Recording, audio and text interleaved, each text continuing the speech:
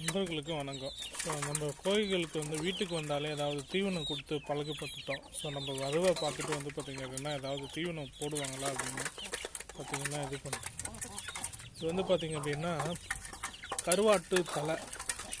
So கோழிகளுக்கு அப்பப்போ புரிந்த முறையில் வந்து பார்த்திங்க அப்படின்னா அந்த மாதிரி நம்ம கொடுக்கலாம்.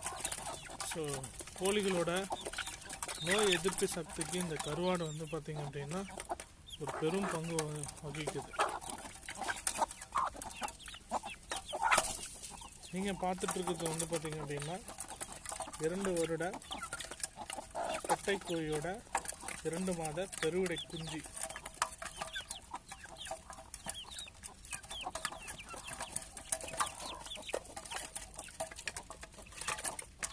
நண்பர்கள் தொடர்ந்து நம்ம காணொலியை பார்த்துட்டே இருங்க. மீண்டும் அடுத்த ஒரு வீடியோவில் சந்திக்கலாம்.